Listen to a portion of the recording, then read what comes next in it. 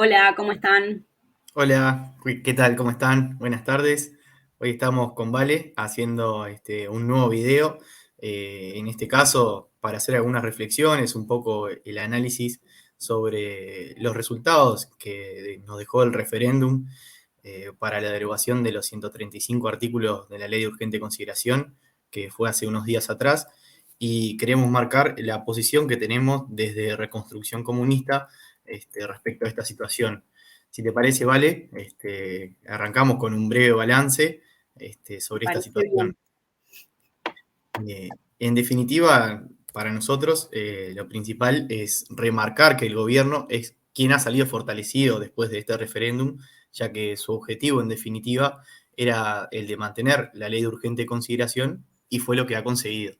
Más allá de una diferencia mínima, que fue lo que se expresó en los resultados de esta misma elección, en los hechos no se derogó la LUC, no se derogaron esos 135 artículos de la ley de urgente consideración, lo cual, en definitiva, al gobierno lo que le da es una legitimidad tanto jurídica como política para avanzar en torno a su proyecto político, a su programa, que es el programa en definitiva de las clases dominantes, para continuar profundizándolo con las más cuestiones que viene desarrollando, como es la recomposición de la tasa de ganancia de las clases dominantes, el ajuste que recae sobre la clase trabajadora, y avanzar en otro tipo de reformas como lo que se viene en breve, en realidad, que es la reforma de la seguridad social, una reforma en realidad que está planteada con un aumento de la edad jubilatoria y un empeoramiento de las condiciones de jubilación para el conjunto de los trabajadores. Eso por un lado. Por otra parte, el otro actor principal en esta contienda política, que es el progresismo, para nosotros tampoco sale derrotado de este proceso electoral, ya que si bien no logró su objetivo, que en definitiva era la derogación de estos 135 artículos de la ley de urgente consideración que se pusieron a consideración en este referéndum, sí consiguió conducir y alinear detrás de esta campaña a una gran cantidad de organizaciones, tanto políticas como sociales, reagrupando y movilizando su militancia de base, presentándose en este caso en el escenario político como el proyecto político antagónico al del gobierno actual, como la única alternativa de este gobierno actual. En definitiva, lo que se instala es un escenario político totalmente polarizado entre derecha e izquierda, entre un proyecto político que defiende los intereses de la clase dominante, que sería el del gobierno actual, y su proyecto antagónico, que sería el que defendería los intereses de los trabajadores, que sería el proyecto político que instala el progresismo en su discurso en este escenario político. Que en los hechos sabemos que no es así. Tras 15 años de gobierno del progresismo, no ha tocado los intereses de los grandes capitales y ha defendido a capa y espada un proyecto político en favor del mantenimiento de este mismo sistema social, garantizando todo tipo de paz social y conciliación entre las clases sociales.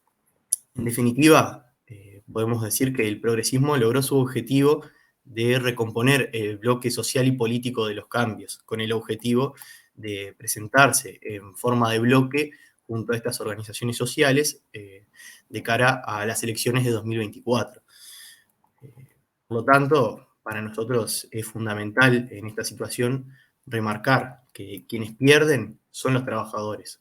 En primer lugar, con la vigencia de una ley que, como ya habíamos marcado en videos anteriores, la caracterizamos como una ley represiva y antipopular, pero principalmente porque son los trabajadores quienes pierden la referencia en este escenario político, donde el progresismo se posiciona como la única alternativa al avance del proyecto de las clases dominantes.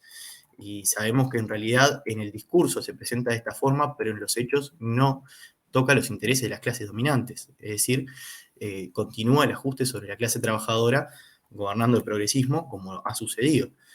Por lo tanto, nosotros entendemos que es fundamental en este momento actual trabajar en la construcción de un partido de la clase obrera fuerte, que sea la referencia directa de los trabajadores y que logren columnar al movimiento obrero en su conjunto en torno a un programa revolucionario.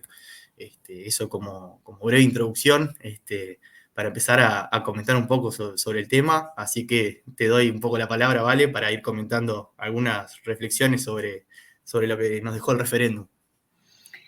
Sí, yo creo que tal vez lo más importante, la conclusión más, más pesada, si se quiere, eh, luego de este proceso electoral que se vivió en Uruguay, eh, que aparte no es el único en el último tiempo, ¿verdad? Es como que en Uruguay hay un compañero que siempre dice, debe ser el único país del mundo donde votamos para todo, para todo. O sea, desde que vamos a la escuela y votamos la comisión de fomento y los delegados de clase, hasta que nos morimos porque, no sé, tuvimos no sé cuántas elecciones arriba nuestro. Y es así.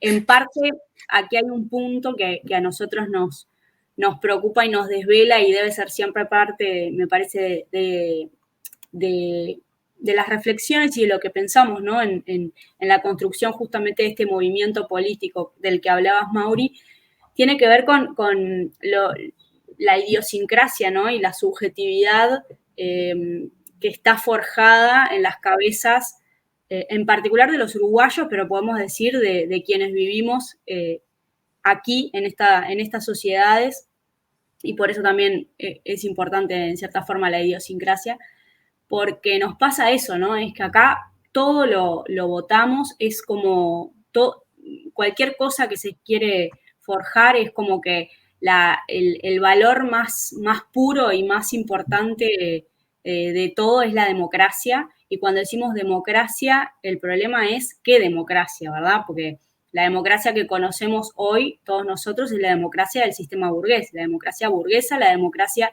de las minorías que aplastan a las mayorías. Entonces, tal vez ese es el mayor problema, ¿verdad? Y la mayor reflexión que surge de este proceso electoral, y es que la que sale ganando en mayor medida nuevamente es la democracia burguesa. Porque proceso tras proceso se legitima, ¿verdad? Votación tras votación logra una legitimación y una adhesión en lo que es las masas y los uruguayos, que es muy fuerte. En ese sentido, bueno, obviamente que todo el sistema político, justamente porque está enquistado, porque es parte del sistema burgués, se jacta de esa, si se quiere, bondad que tiene la democracia, ¿no? Que es que, bueno, los uruguayos pensaremos lo que pensaremos, pero el domingo 27 vamos a votar y las cosas salen bien y no hubo disturbios y y los festejos se desarrollan de buena manera y qué sé yo, como que nos jactamos de esa, ¿verdad?, civilización o esa conducta civilizada que tenemos como sociedad, como si eso fuera un valor en sí mismo, o mejor dicho, como si ese valor sirviera de algo a los intereses de las mayorías, ¿verdad? En realidad es algo que lo único que sirve es a las minorías, que es la burguesía y sus representantes y sus agentes, que son los que se terminan beneficiando de esa civilización que tiene de alguna manera la clase obrera, ¿verdad? Lamentablemente para nosotros, y de eso obviamente profundizaremos. Eh, Podemos decir que de nuevo gana por goleada la democracia burguesa y en ese sentido su clase, que es justamente la burguesía, porque logra imponer su programa en amplios, pero amplísimos, digamos, porcentajes.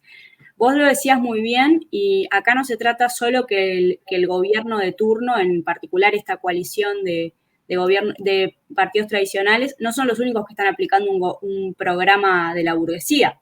Ellos efectivamente son representantes directos de la burguesía, pero también el progresismo, y que ya lo vivimos en los 15 años de gobierno frente amplista, también aplica un programa que en última instancia beneficia a la burguesía.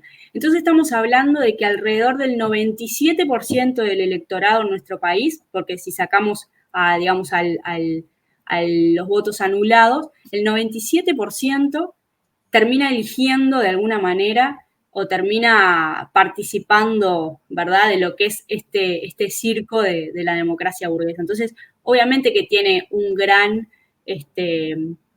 una gran legitimidad, eso es así.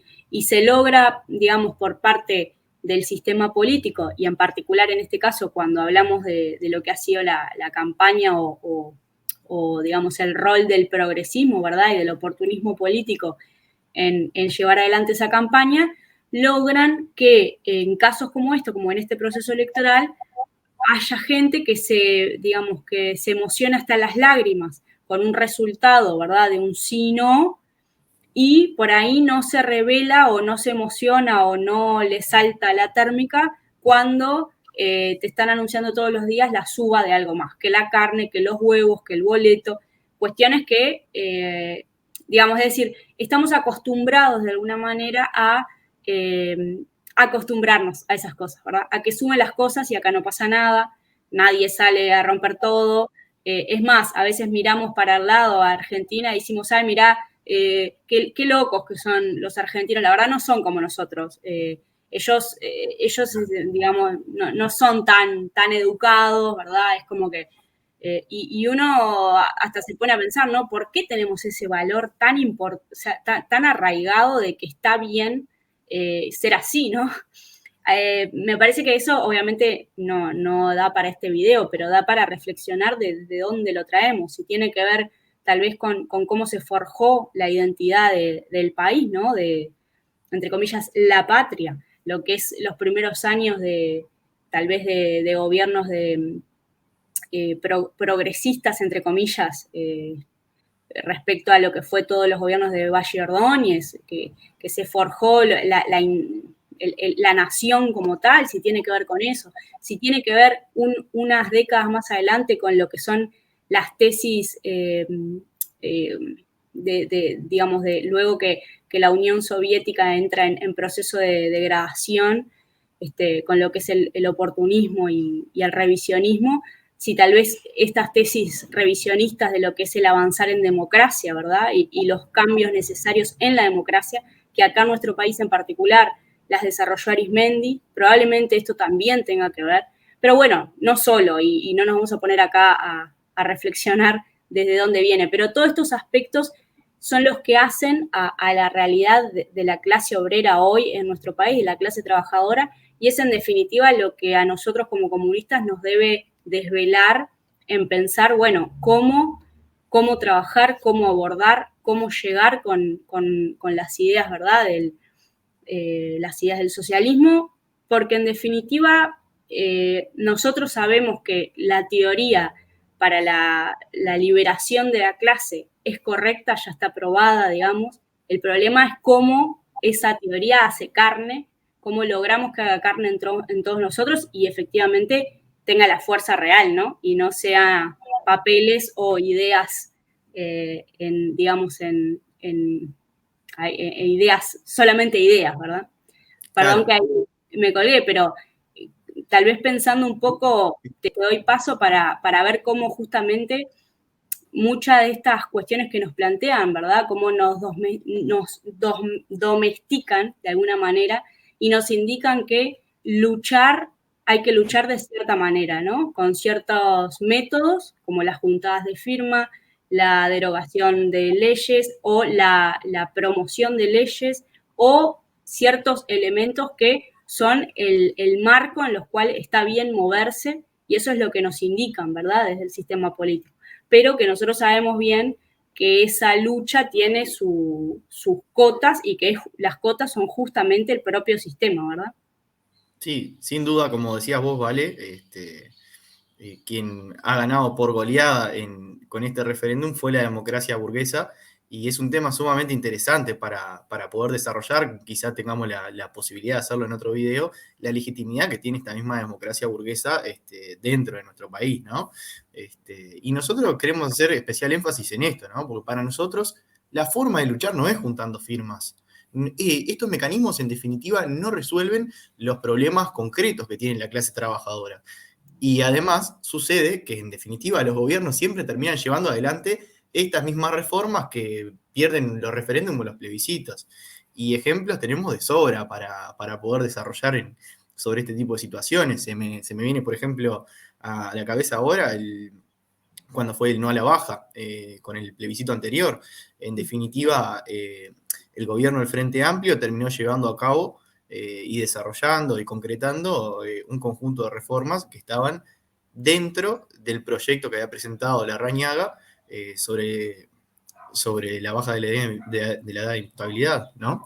Y la reforma Vivir Sin Miedo también, por ejemplo, ¿no? Por poner algunos ejemplos concretos de eso, también podemos hablar acerca de los plebiscitos, por ejemplo, para la privatización de las empresas públicas que se desarrollaron en la década del 90, que terminado justamente ganando por un amplio margen la no privatización de las empresas públicas, pero en definitiva los sucesivos gobiernos, desde el gobierno de Lacalle, que fue en el cual se desarrolló ese mismo referéndum, ese mismo plebiscito, perdón, posteriormente con los posteriores gobiernos del Partido Colorado y más aún con los gobiernos del Frente Amplio, donde fue aún más alevoso con el desarrollo de la ley de participación público-privada, en definitiva se terminaron no privatizando enteramente, vendérselo a un privado, pero sí se implementaron y desarrollaron ciertos mecanismos de privatización, lo que nos demuestra que en definitiva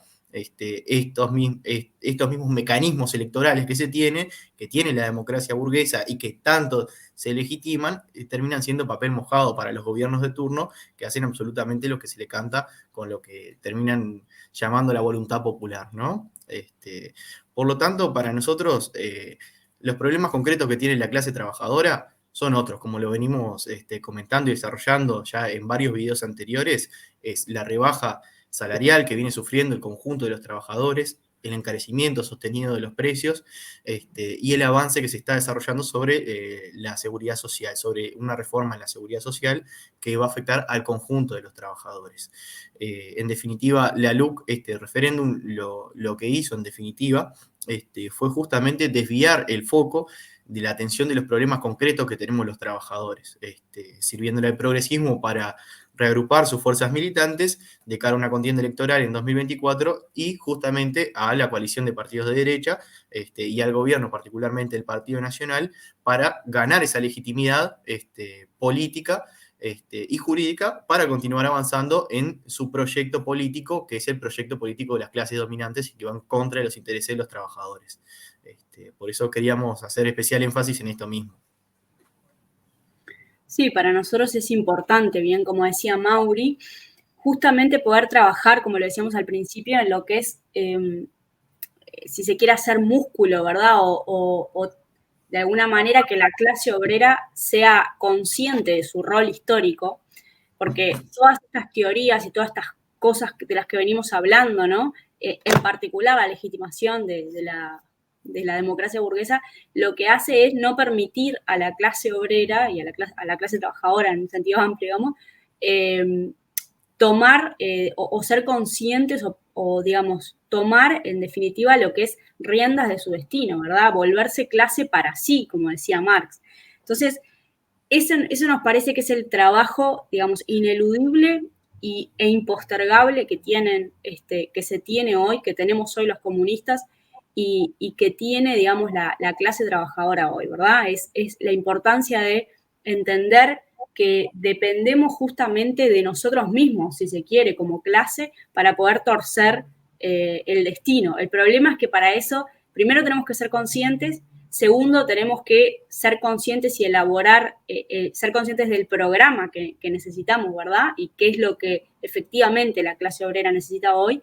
Y la fuerza, ¿verdad? Organizarnos, unirnos y pelear consecuentemente por eso. Estos ejes que planteaba Mauri, que son, efectivamente estamos convencidos que son los que hoy a la clase obrera, digamos, le tocan, porque nos tocan a todos nosotros y son, digamos, lo que cualquier persona conversa y tiene, ¿verdad?, entre sus problemas cotidianos, como es la suba de precios, que está obviamente vinculada a la rebaja salarial, cómo suben los alimentos, cómo suben los combustibles, cómo sube el boleto.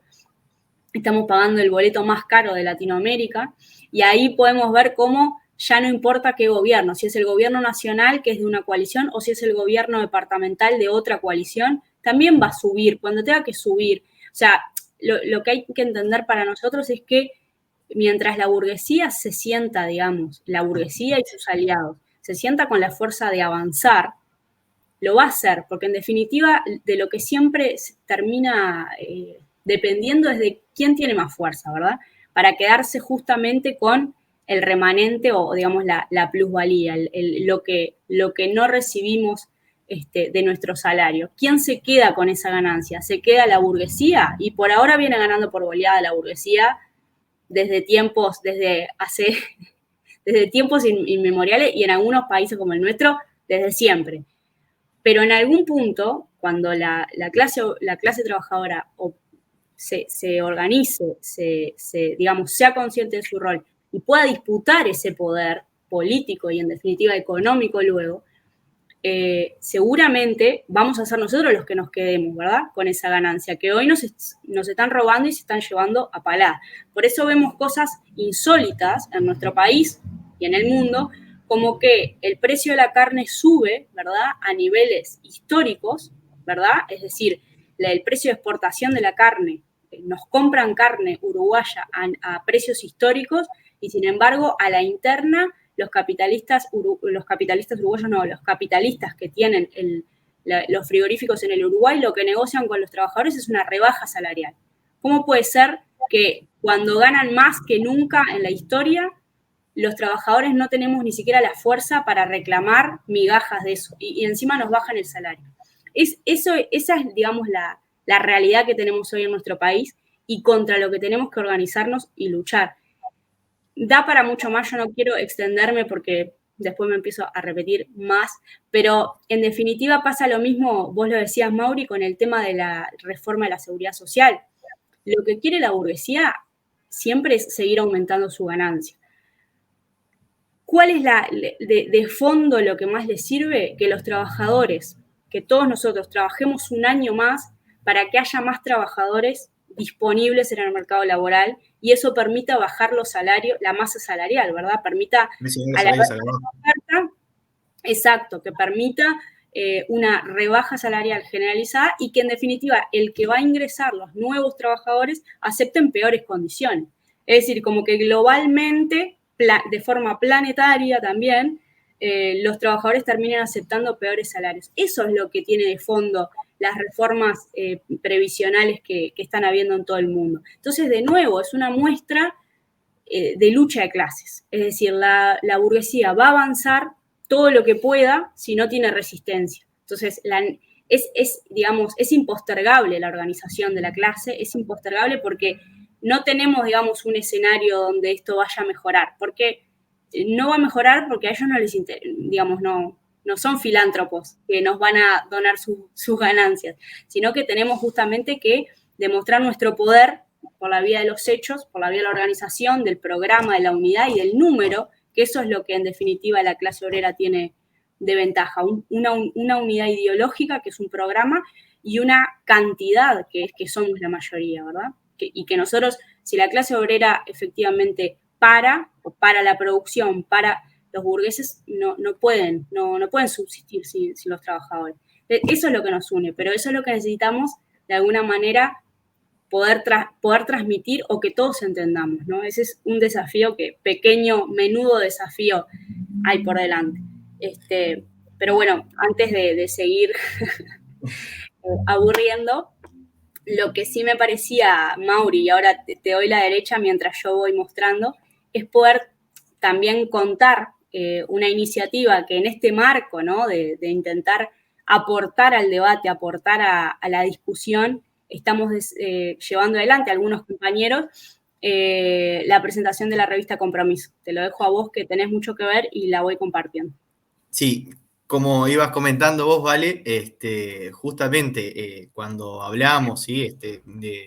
De la ausencia de un partido de la clase obrera fuerte, que sea una referencia directa de los trabajadores y que logren columnar al conjunto de los trabajadores en torno a un proyecto político propio, que tome conciencia de su condición social en la producción, del papel que cumplen los trabajadores y que están destinados en definitiva a ser portadores de su propio proyecto político para llevar adelante una transformación social, es que entendemos que Compromiso es una herramienta fundamental en esa dirección, en ese objetivo.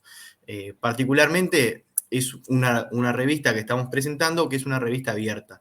Es decir, participamos algunos compañeros, algunos camaradas, integrantes de Reconstrucción Comunista, pero es un espacio amplio y abierto en realidad que busca hacerse eco de las luchas populares, de las luchas que vienen llevando adelante los trabajadores, de los problemas concretos y reales que tenemos los trabajadores y que nos aquejan constantemente, tratando de justamente mostrar nuestra orientación, qué entendemos nosotros acerca de la realidad y cuáles son los problemas, en definitiva, concretos que tenemos los trabajadores en su conjunto. Por lo tanto, aprovechamos también la instancia del video justamente para comentar sobre la difusión de Compromiso, invitarlos a quienes quieran a poder adquirir la misma, donde justamente, como comentábamos, tenemos espacios sobre los conflictos que se desarrollan a nivel sindical, en los distintos barrios, en las organizaciones territoriales, también unas distintas columnas de opinión con columnistas invitados, con columnas de contenido internacional, de lo que es lo que está sucediendo en el mundo, artículos de contenido teórico, efemérides y columnas culturales también, a lo cual nosotros queremos hacer también mucho énfasis. Por lo tanto, esta herramienta es una herramienta que está al servicio de los trabajadores, para que sea la voz de los trabajadores, para que justamente los trabajadores puedan mostrar los conflictos que se vienen desarrollando, las problemáticas que vienen sufriendo y que en este mismo espacio ellos encuentren una herramienta para poder difundir sus problemáticas y poder organizarse en torno a la misma. Así que los invitamos a poder adquirirla. En breve vamos a estar lanzando también un programa de suscripción para que las puedan recibir en formato papel o en formato digital también. Y como siempre, invitarlos a participar activamente, no solamente en su lectura, sino también en el contenido, que para nosotros sería muy gratificante eso. Sí, mismo a través de nuestras redes sociales o los comentarios en este video pueden, si alguien la quiere recibir, digamos, en papel, la mostramos acá. En realidad, justamente tenemos la edición en papel. Nos pareció mejor mostrarlo así en PDF para que pudieran verlo, pero está disponible, así que nos pueden escribir y coordinamos para hacérselo llegar, lo pasan a buscar. Pero bueno, como siempre, quedamos a disposición también a escuchar los comentarios, las repercusiones de este video o de otras cuestiones que puedan surgir. Y como siempre, nos encontramos en breve, seguramente en poquitos días, a través de estos videos o en alguna de las luchas o las herramientas donde cada uno de nosotros participa, ya sea barriales, sindicales, donde allí estamos. Así que seguro nos vamos a estar encontrando en breve. Sí, también los invitamos a suscribirse al canal para poder seguir viendo el contenido de los videos que venimos haciendo, a seguirnos en redes para ver también los materiales que venimos desarrollando y nuevamente hacemos hincapié en que puedan participar tanto leyendo como aportando en Compromiso, porque justamente es eso, es una herramienta de los trabajadores, para difundir nuestras luchas. Así Exacto. que nos vemos en un próximo video, si te parece, ¿vale? Bueno, sí, nos vemos. Que pasen bien. Hasta Chao. luego.